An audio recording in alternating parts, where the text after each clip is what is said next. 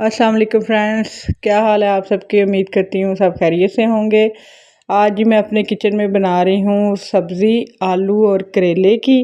ये बनाना बहुत ही आसान है और बहुत टेस्टफुल बनती है। तो चलो शुरू करते हैं बनाना। इस रेसिपी का जी सबसे पहले पार्ट 1 आ जाता है जी करेले। इधर मैंने हाफ़ के जी करेले लिए हैं, उन्हें छील कर ऐसे क्यूब्स में काट लिया, इनके अंदर से बीज निकाल दिए थे और इनको मैंने नमक लगा के आधे घंटे के लिए रख दिया था। उसके बाद मैंने इनको वॉश कर लिया। अब बारी है जी करेलों को फ्राई करने की। सबसे पहले मैंने चूल्हे पे एक कढ़ाई चढ़ा दी है, उसमें मैं डाल रही हूँ कुकिंग ऑयल। ऑयल गर्म हो चुका था।